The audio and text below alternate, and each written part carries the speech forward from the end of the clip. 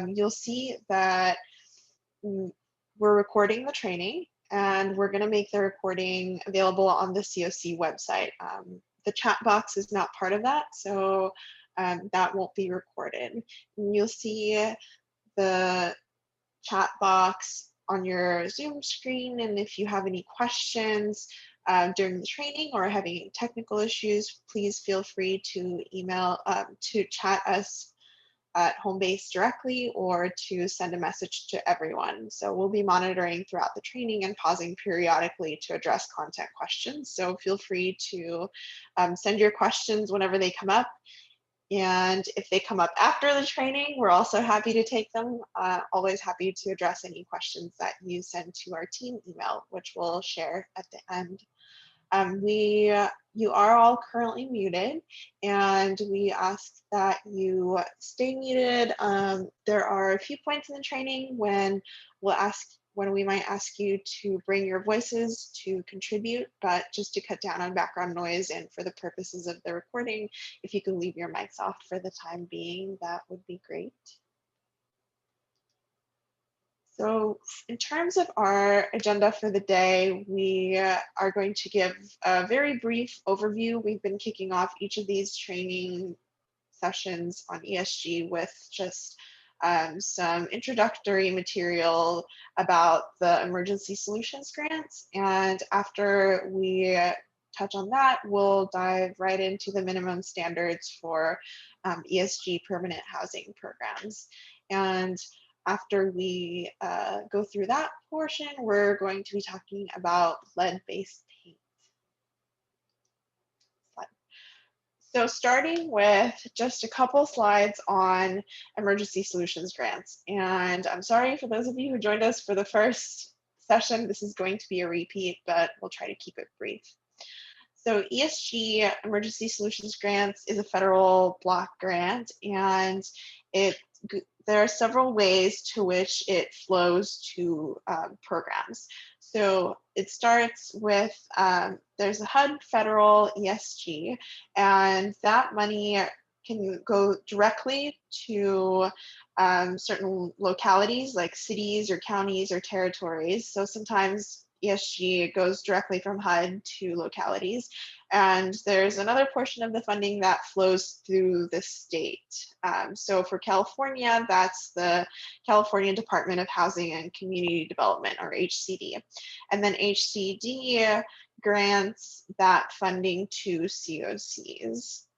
And as if that wasn't complicated enough, there are 4 different arms of ESG. That leads to many different buckets of funding. Some of it, as I mentioned, is flowing through the state. Others is coming directly from HUD. Some of it is COVID related, some of it's not. But for our purposes today, we're just going to be focusing on one arm of ESG funding. So we're just going to be talking about the annual ESG allocation that's received by the county directly from HUD. And in Santa Clara, the Office of Supportive Housing is the entity that receives that funding from HUD, and then it sub-grants the funding to recipients. It subgrants the funding to other agencies for specific programs. So with that, I will pass it off to Monica. Great, thanks, Sasha. And for folks who've just joined us over the last few minutes, just want to reiterate, welcome to you. This is our second in a series of trainings on Emergency Solutions Grant, or ESG, and today we're focused on habitability. So with thanks to Sasha for reviewing ESG more generally, I'll talk a bit to introduce us to the HUD habitability standards. So these are important because, as we all know, inadequate housing is a public health issue. These standards are meant to ensure that tenants have access to safe and suitable homes regardless of income. So the Emergency Solutions Grant, or ESG program, establishes minimum standards for safety, sanitation, and privacy for permanent housing that's funded under rapid rehousing and homelessness prevention components of ESG. It's important to note, It's important to note that the housing quality standards, or HQS, that's used for other HUD programs that we might be familiar with, those are different from the minimum standards for permanent housing assisted with ESG funds. So while in most respects, HQS, or housing quality standards, is more stringent and detailed than ESG habitability, the ESG standards for fire safety are more specific. So programs that choose to use HQS instead of the ESG habitability standards should amend their checklists and notify inspectors that they have to complete the more stringent inspection for fire safety, which is all the more important as we've seen over the past few years. For programs that intend to apply more stringent standards, those standards, whatever they are, should be described in a written policy to ensure that all individuals responsible for implementing that policy have access to consistent guidance. Either way, programs need to be sure to maintain documentation of compliance with the minimum standards. Next slide, please. So now let's talk about minimum standards for permanent housing supported by ESG funding.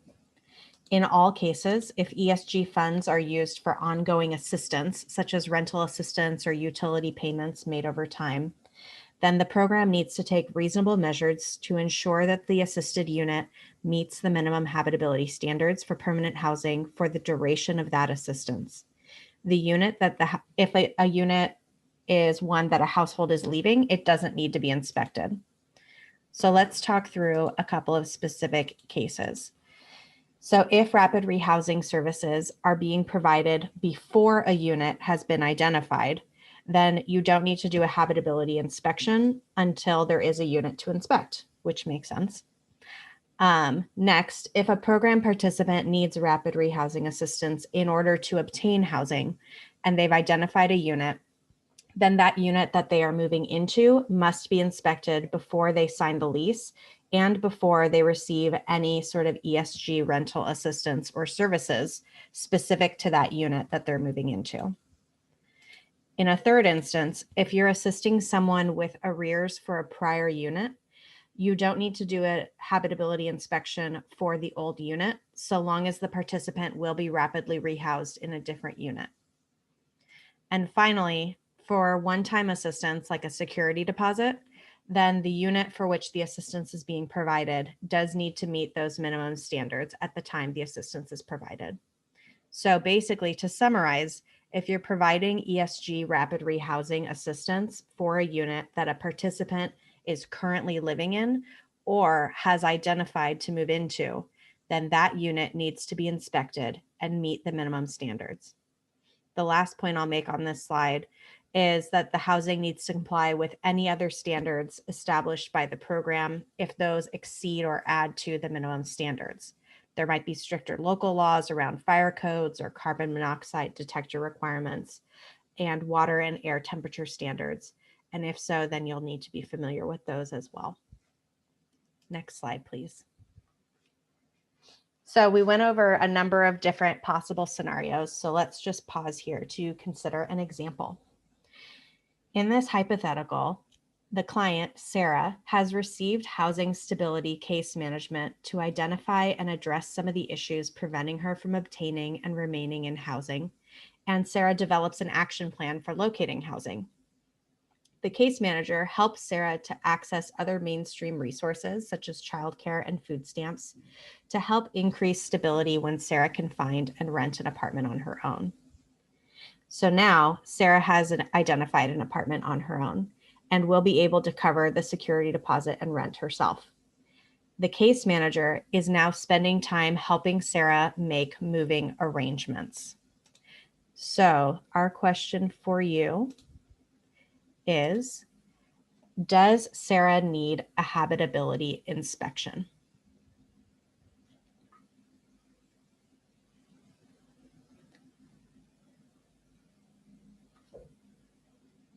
And we've got some responses trickle in. I'll give folks 10 more seconds.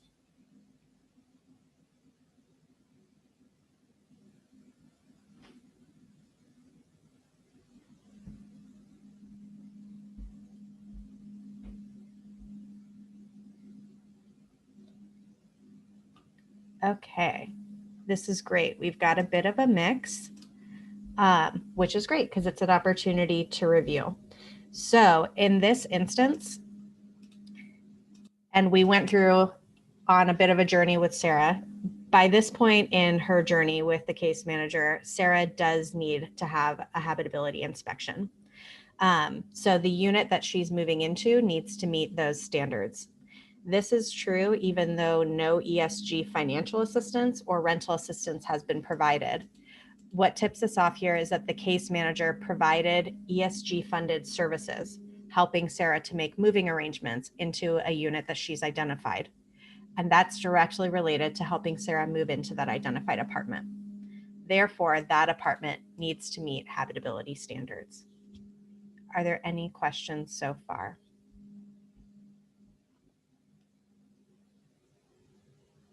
And if any come up, feel free to let us know in the chat. Great, thanks so much. So let's go ahead and go to the next slide.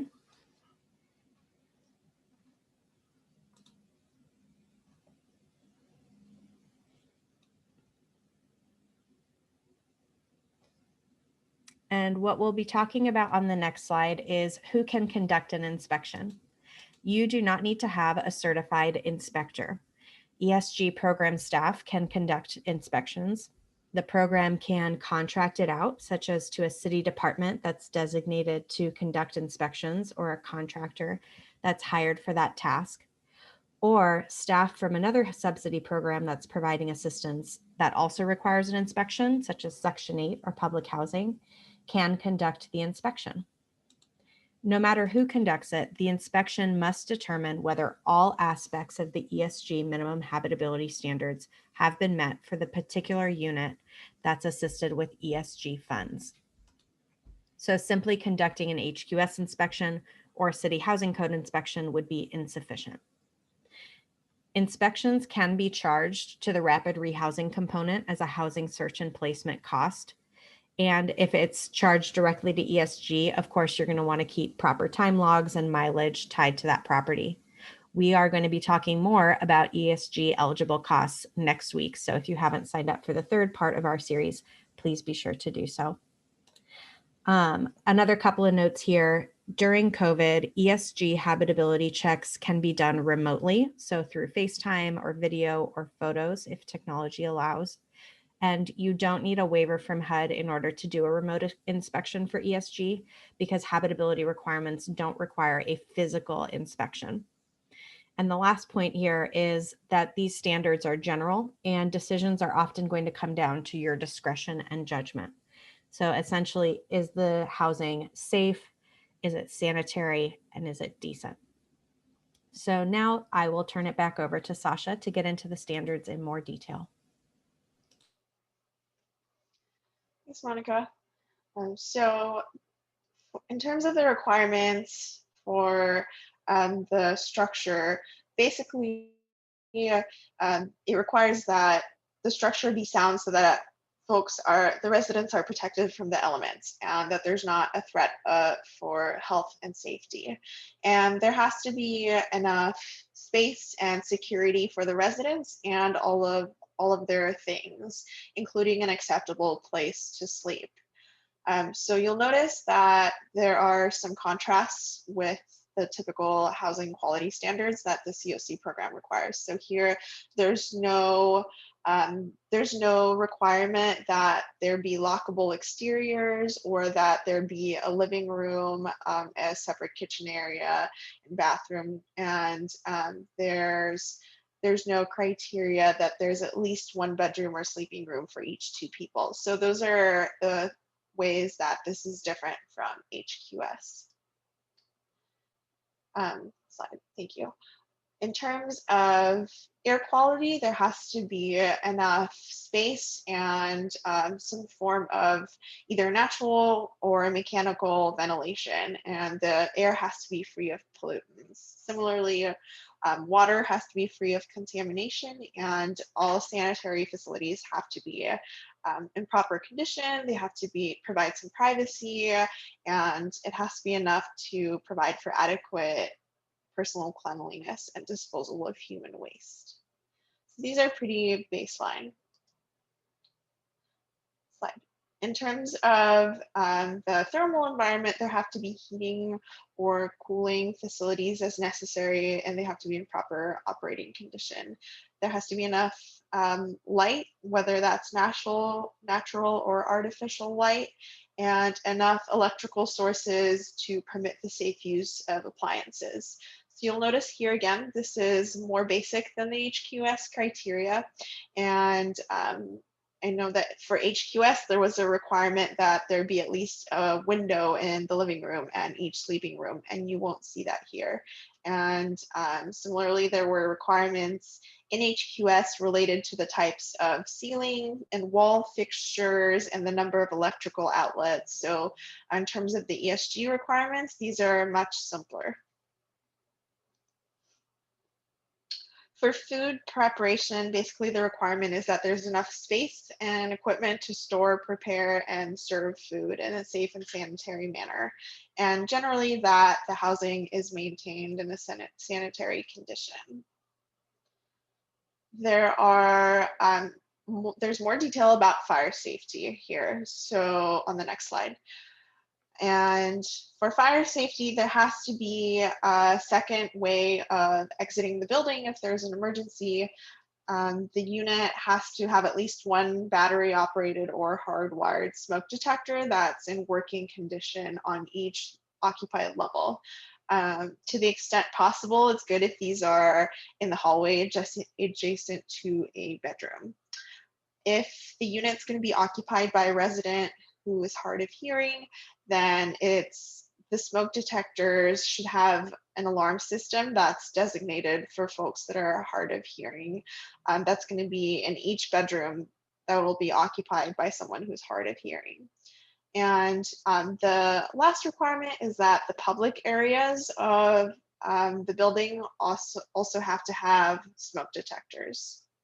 And when we talk about public areas, that's things like laundry rooms, or if there's a daycare center, or hallways and stairwells, pretty much any common areas in the building. So that brings us to another quick review poll. Poll 2. So I'm going to give folks just a couple seconds to answer that. The first question is, in most respects, HQS is more stringent and detailed than ESG habitability standards, true or false? The second is, ESG habitability standards for fire safety are more specific.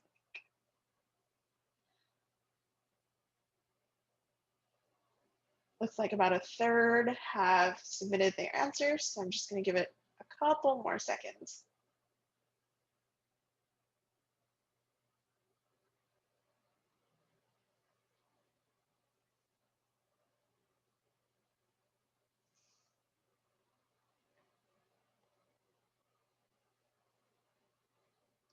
Okay.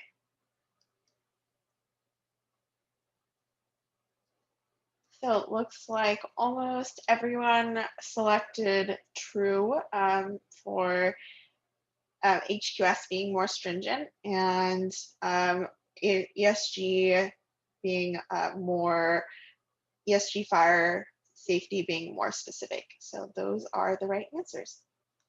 Thank you. And I'll pass it back off to Nicole now.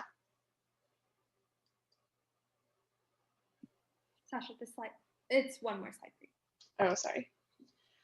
So in terms of documenting compliance with the requirements that we just went over, there's some checklist models, and HUD doesn't require programs to use this specific format, but the model does meet their requirements, so it's an easy way to comply if HUD comes to monitor. So basically, in addition to checking off that any given unit meets the requirements, you'll want to keep inspection reports from the initial inspection and any follow-up inspections. Those should be retained in the program participants file for 5 years. And in terms of the inspection, you'll want to organize the files and documents to facilitate review. So that might also include local or state inspections if they're required for fire safety or food prep or building occupancy. You'll want to indicate in the chart whether each requirement is approved or deficient in the unit, and add any comments that you might have in terms of corrective actions that need to be taken. The information should also include info about the project and your signature and date. And if there's another entity besides your agency that's doing the inspection, you'll want to review that with program staff and develop an action plan to address any issues that require corrective action.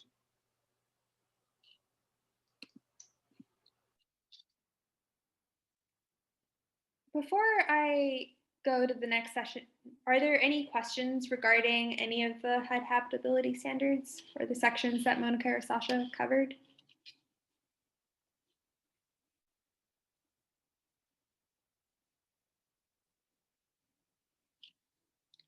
Well, feel free to type in any questions as we go. And now I'm going to cover lead-based paint. So the minimum standards for permanent housing do not cover lead-based requirements, but there are additional steps ESG grantees have to take to prevent, identify, and control lead-based paint hazards in dwelling units. Now, the primary objective of this section is not to convince you that lead-based paint is the most exciting topic in the world, but it is to underscore the importance of identifying lead-based paint and why it can be a serious public health hazard, and hopefully to demystify the notification and control steps that should be taken if a hazard is identified in a way that makes it feel clear, manageable, and actionable for you. So lead is a naturally occurring element throughout the environment. Additionally, in the United States, vaporized lead was used in gasoline for over 80 years.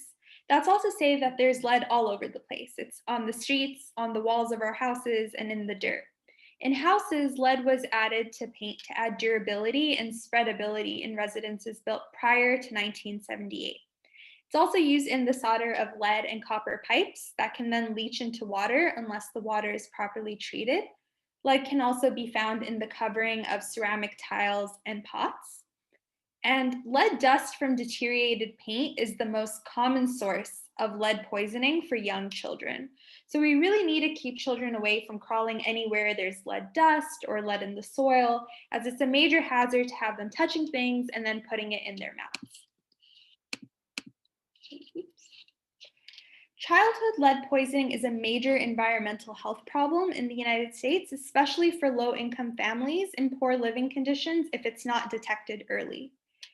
So children with high levels of lead in their bodies can suffer from damage to the brain and nervous system, have behavioral and learning problems, slowed growth, hearing problems, and more. It's particularly dangerous for children, although workers can also be affected if they're exposed to high levels of lead. Lead's stored in the body because the body confuses it with other minerals like calcium, but it can begin to cause serious health problems affecting the bones and kidneys. In addition, women can store lead in their bones and it can then leach back into their blood at a later point and affect an unborn fetus. As mentioned, lead-based paint exposure and poisoning is a public health concern for children, and it's something that we have the power to prevent. The Santa Clara County housing provider community has a long-standing commitment and duty to place families in safe housing. In addition, we know that lead-based paint policies have been an area of focus in recent HUD monitoring. It's important that agencies have robust policies and procedures in place that are HUD compliant. ESG staff are responsible for ensuring that property owners meet the lead-based paint requirements and comply with the Lead-Based Paint Poisoning Prevention Act, the Residential Lead-Based Paint Hazard Reduction Act, and the Lead Safe Housing Rule, Part 35. The EPA has a set of rules and guidelines that parallel quite closely with the HUD regulations. They're actually tied together by reference. And the EPA has made some amendments that went into effect in January of this year. And those are now reflected in HUD published rules and guidelines. So some standards have become a little more stringent. Before I go any further, I want to preview some key terms you're going to hear me reference in the following sections. So we'll start off with a visual assessment. This is an inspection to identify deteriorated paint chips and other debris and to determine if all previous hazard controls are still intact. De minimis levels are a threshold that determine how to proceed with paint stabilization. If a room or an exterior, which I'll go into in more depth later, exceeds de minimis levels, the owner should use workers trained in lead-safe work practices, which are a group of techniques that reduce the amount of dust produced by renovation activities. To be trained in lead-safe work practices, you need EPA renovation, repair, and painting training or certification. The workers can be trained on the job, but the supervisor will need to have certification. And these lead-safe work practices really deal with containment to prevent dust and debris from leaving the work area. So there's certain work practices that prohibit things like open flame and use of certain power tools. And there's also a specific set of cleaning procedures. A clearance is an inspection that combines visual and quantitative chemical environmental evaluation procedures to determine that no lead-based paint hazards remain. An index unit is a housing unit where a child with an elevated blood lead level, which is something I'll go into in further detail later, resides. A covered unit is a federally assisted housing unit in the property where a child under 6 lives or is expected to live. So if a child has a report of elevated blood lead levels in unit 201, the covered units are all the neighboring units within that building. So the index unit is the actual unit and the covered units are the neighboring units. A risk assessment is an inspection using chemical testing and X-ray fluorescent technology to identify lead-based paint. And an environmental investigation is that full risk assessment plus interviews and testing to determine what other factors may contribute to a child's elevated blood lead level. Now, I know that was a lot of terms that this may be the first time you've ever heard of. This was just a preview, but I hope it'll make a lot more sense in context when I go through them.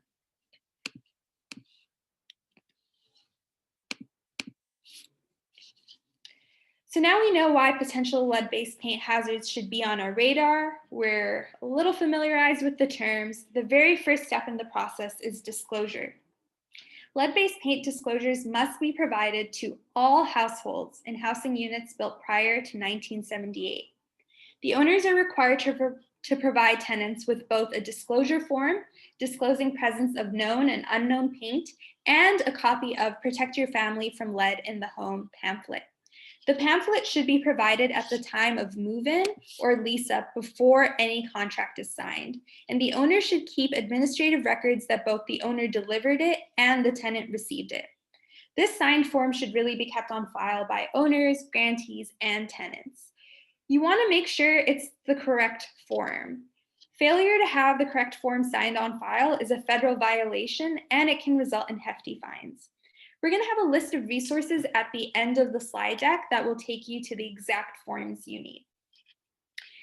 While the property owner is responsible for this step, sharing this information with your clients or ensuring they've received it is an easy thing for ESG staff to do, and it'll make your job easier in the long run. Informed tenants are more likely to watch for potential problems in their home and proactively work with landlords to address any issues.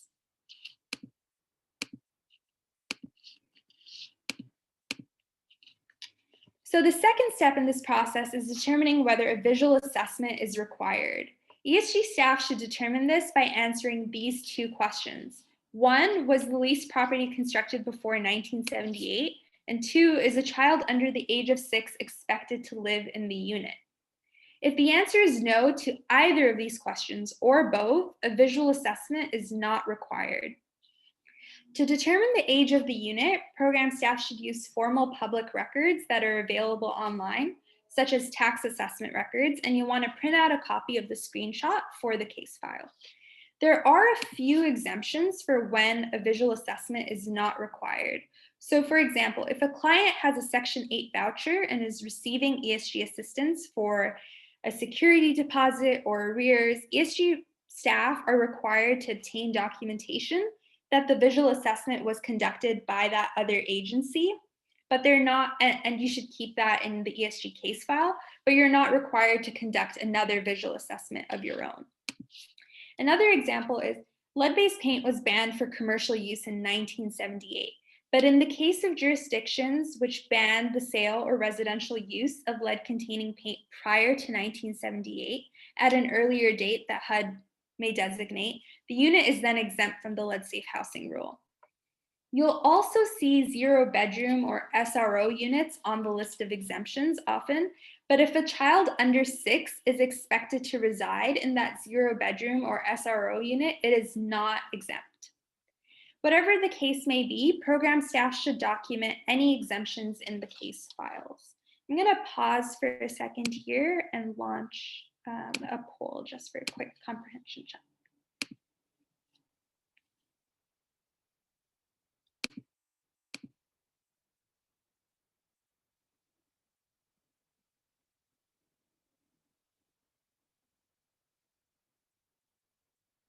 So the landlord's I see a question on if it matters if the agency or the owner provides this letter of disclosure. It's officially the owner's responsibility to do this, but like I mentioned, this is an easy thing to just make sure that it's being provided. So if staff can be involved in making sure this letter of disclosure is provided, that's really ideal. I'm going to give it a couple more seconds.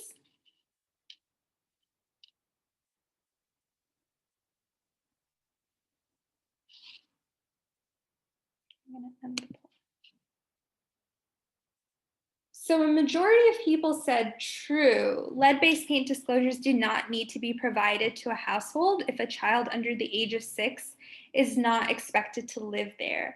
And as you'll recall, a visual assessment is not required if a child under the age of 6 is not expected to live there, but all units built prior to 1978 need to have that lead disclosure. The first 2 steps with the disclosure in the pamphlet, that needs to be provided to all households, regardless if there's a child under the age of 6 or not, if it's built prior to 1978.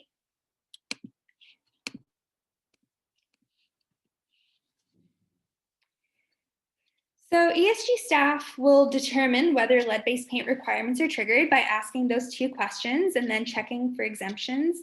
And then because assistance cannot be provided until the visual assessment has been completed and the unit is cleared, it's important that staff schedule the visual assessment as quickly as possible, and then once it's scheduled, actually conduct the visual assessment. Visual assessments must be conducted regardless of whether the program participant is receiving assistance to remain in the existing unit or moving to a new unit. A visual assessment must be conducted prior to providing ESG financial assistance to the unit, and then on an annual basis thereafter, for as long as the assistance is provided or at unit turnover. The good news is that anyone may become a HUD certified visual assessor. You just need to successfully complete a 20-minute free online training on HUD's website, and we'll have that link linked at the end of our slide deck. Evidence that staff have successfully completed this training must be kept on file for review during site visits, and dates of assessment along with the findings should be kept on record. A visual assessment looks for deteriorated paint chips, dust, and debris, and determines whether all previous hazard controls are still intact. The information provided in the following slides is just a teaser and brief overview of content that will be covered in HUD's certified visual assessor training. Please note that the online course does not qualify you to perform clearance sampling or risk assessments. Those 2 examinations and assessments require chemical testing, whereas a visual assessment, as the name would imply, is purely visual.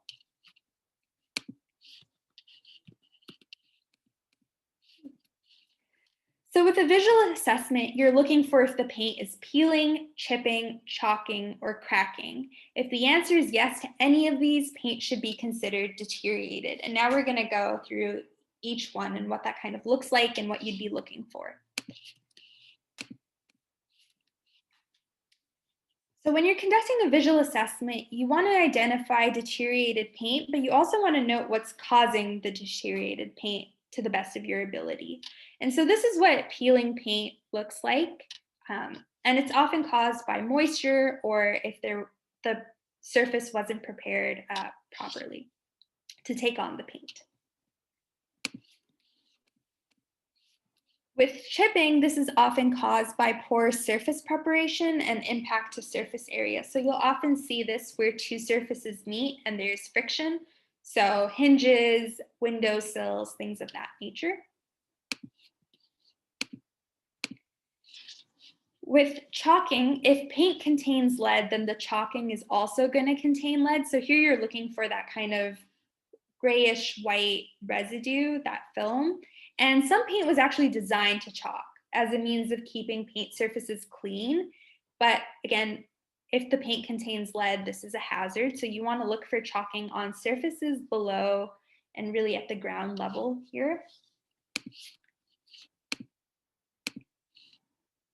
With cracking, you might see settlement cracks in older homes.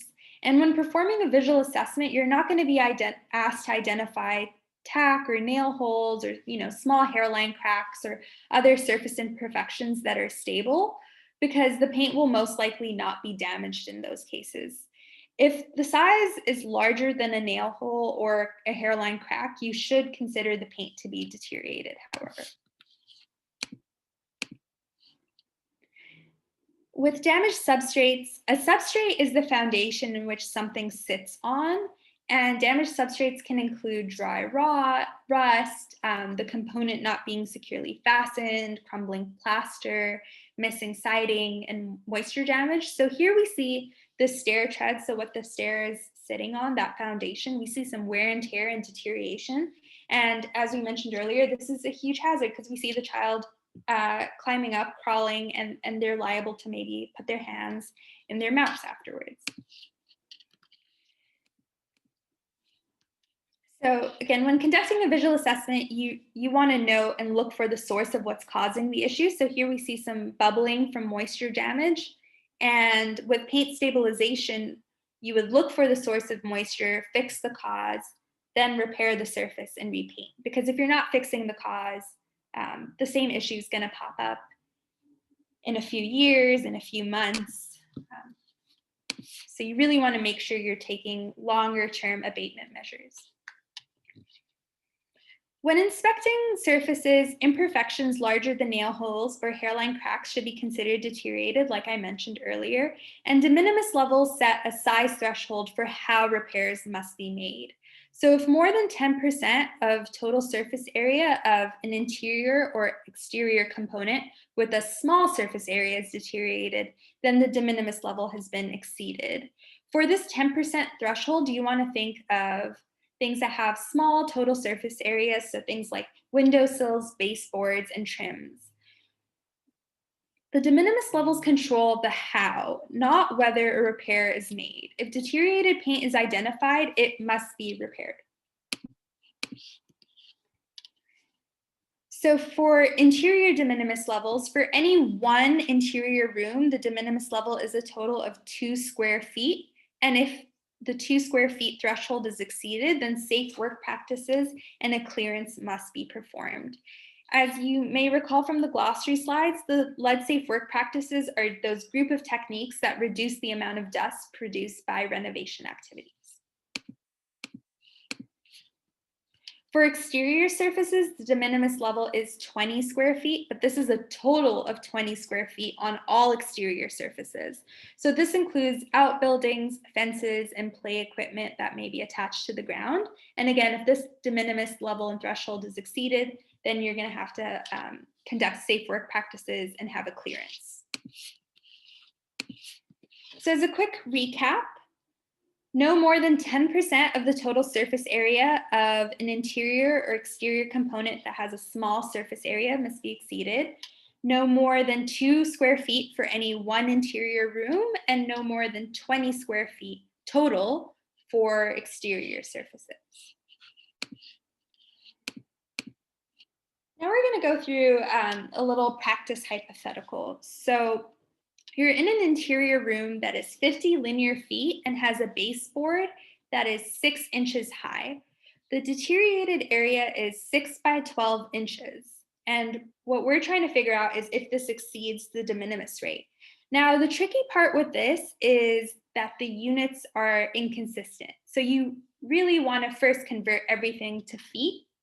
And what we're going to do is we want to compare the deteriorated area, so that 6 by 12 inches, to the 2 square feet interior de minimis level and the 10% threshold for components with a small surface area, because it's a baseboard and baseboards generally are smaller in surface area.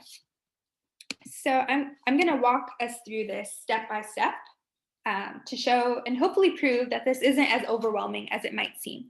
So first we'd calculate the total area, which was 50 feet by 6 inches. And we're first going to convert that 6 inches into feet. So that's half a foot. So we now know that the total area is 25 square feet. We're then going to calculate that 10% de minimis threshold. So 10% of 25 square feet, that's 2.5 square feet. We now want to calculate the deteriorated area so we can compare it, which was 6 by 12 inches. So 6 inches is half a foot, 12 inches is 1 foot. That gives us half a square foot. So now we want to ask, does this exceed the de minimis rate? And the answer is no. This room does not exceed the de minimis rate because half a square foot is less than 2 square feet, and it's also less than 2.5 square feet. So the 2 square feet, again, was the interior threshold, and the 2.5 was the 10% de minimis threshold.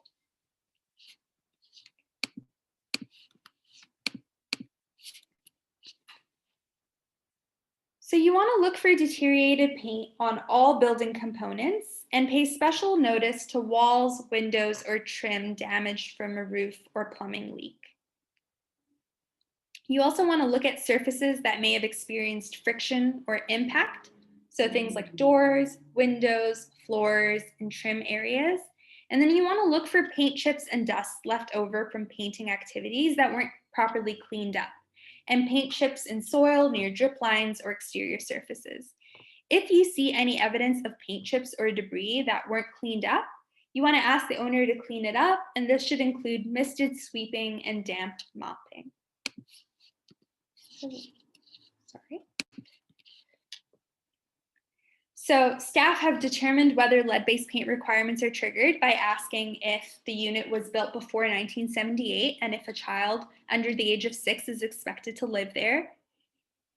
They have then informed the client and the owner of the lead-based paint requirements and scheduled the visual assessment. They've conducted the visual assessment using those tips I just went over. And now they need to identify, and now ESG staff need to identify risks and compare it to the de minimis level. So staff should document the level of identified problems with paint surfaces, and if the area of paint to be stabilized exceeds the de minimis level, again, the use of lead-safe work practices and clearance would be required. If deteriorating paint does not exceed this level, then safe work practices and a clearance are not required, but all deteriorated paint identified must be repaired before the unit is approved for assistance. And if deteriorated paint is not identified, the unit can be cleared for assistance immediately. In the instance that you identify deteriorated paint, staff need to determine whether they'll work with the property owner to complete the needed paint stabilization activities and clearance and work with the household to locate a different lead-safe unit, or staff will need to refer the client to a different program if ESG assistance cannot be provided.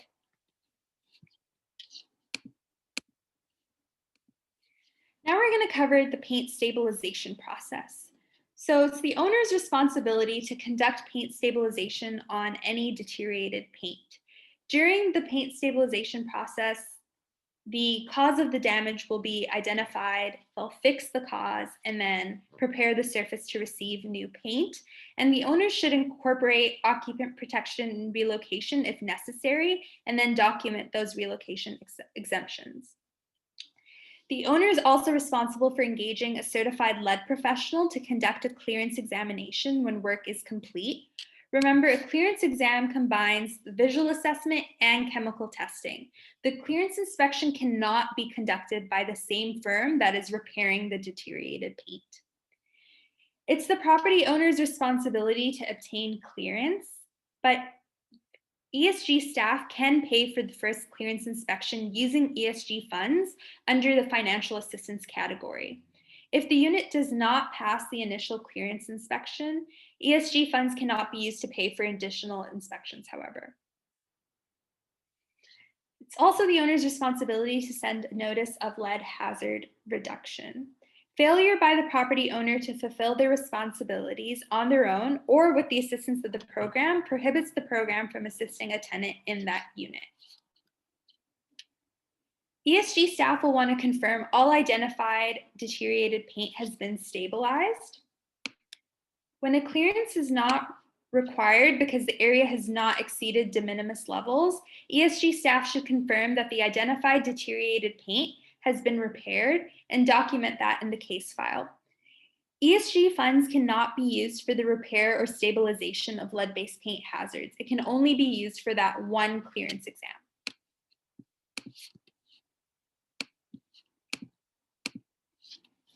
So I'm going to cover some ongoing responsibilities. So the owner is responsible for incorporating ongoing lead-based paint maintenance activities into regular building operations and conducting an ongoing lead-based paint monitoring.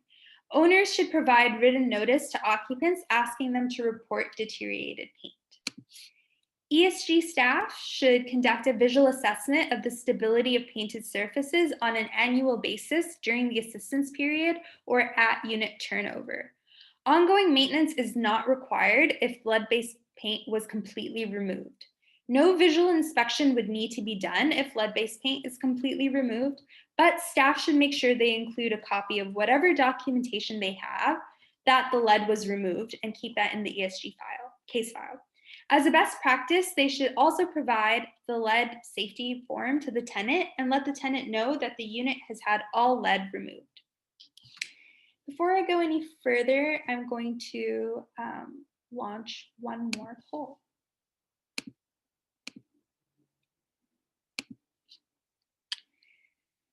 So this reads, deteriorated paint only needs to be repaired if it exceeds de minimis levels. Is that true or false?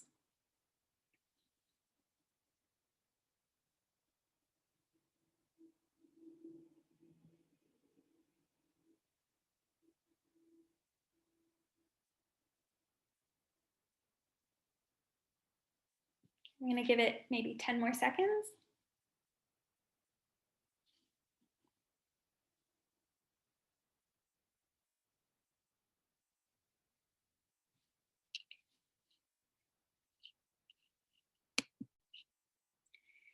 So I'm seeing the majority said false. So it's false that deteriorated paint only needs to be repaired if it exceeds de minimis levels. And you're correct in saying it's false. All identified deteriorated paint needs to be repaired, but lead safe work practices and a clearance are not required in this case.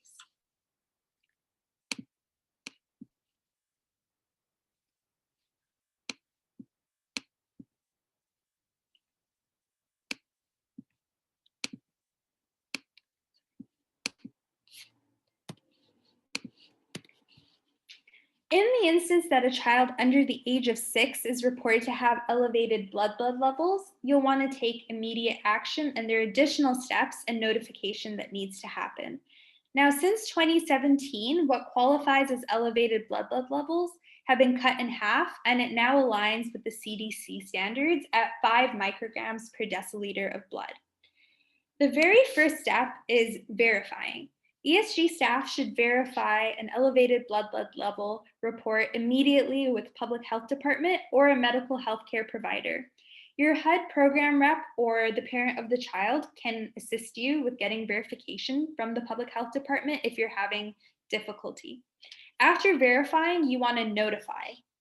The owner should report confirmed cases to the public health department, the local HUD field office, and the HUD Office of Lead Hazard Control and Healthy Homes within 5 business days of verifying that EBLL. Personal information should remain private. You don't want to disclose names or blood results unless absolutely necessary with HUD. And in the resources we send out following this training, we're going to include what exactly needs to be included in that HUD notice. ESG program staff will want to have an environmental investigation conducted for the unit within 15 calendar days after the EBLL has been verified. And the environmental investigation must be dated. Environmental investigations are good for 1 year. You want to notify the index unit family of those environmental investigation results immediately, and then notify the HUD field office within 10 business days of the results. The owner is then responsible for lead hazard control work, and that needs to be completed within 30 calendar days of receiving the environmental investigation results. If a child is found with EBLL, risk assessments need to be conducted for all of those covered, so all of those neighboring units where children under the age of 6 are expected to live. And the covered units will need to have lead hazard control completed if lead presence is found. So to recap and really make this clear, there's an environmental investigation that's being conducted for the index unit, and then a risk assessment that's being conducted for all covered units. After hazard controls have been completed and the units have passed clearance, the owner will need to notify the HUD field office of clearance within 10 business days and notify assisted residents within 15 calendar days. Now, we certainly don't expect you to memorize all of that right now, but it will be important to reference a chart like this in the case that a child does have reported elevated blood levels, because the timeline is quite tight and there are a lot of moving pieces you'll want to make sure you have a good handle of. But in essence, the steps are to first verify the EBLL report, notify the Public Health Department and HUD, to conduct that environmental investigation in the index unit and the risk assessments in those covered units, and then complete lead hazard control work, pass the clearance, and then notify HUD and residents.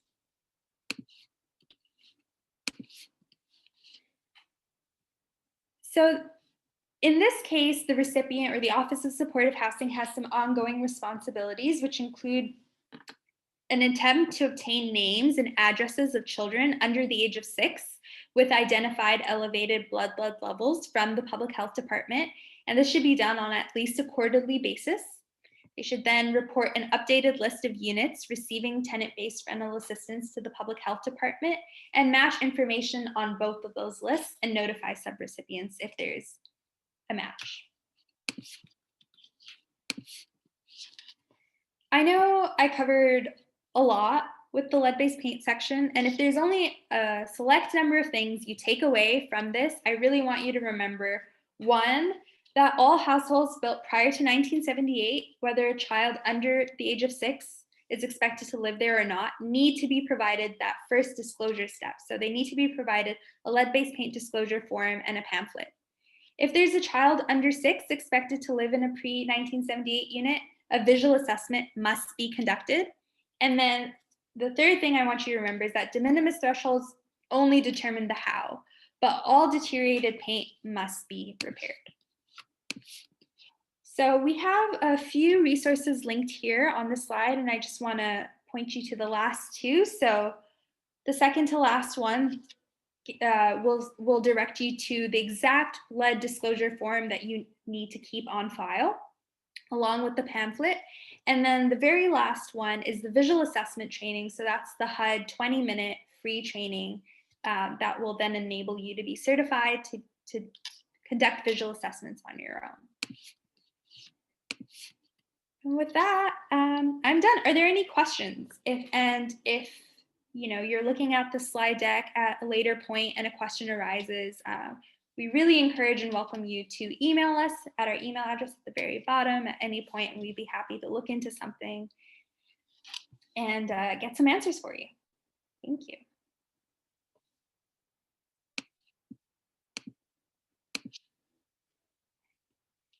Any questions?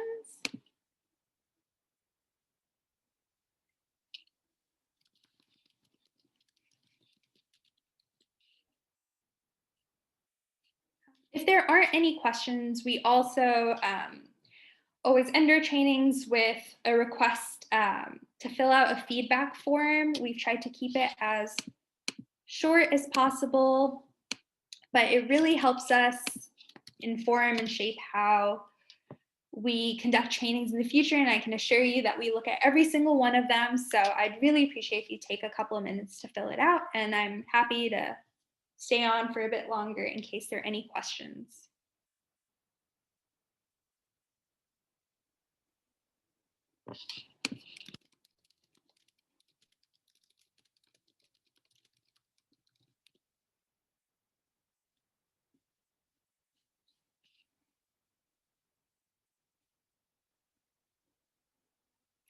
If there aren't any questions, thank you for your time today, and I hope you enjoy the rest of your week.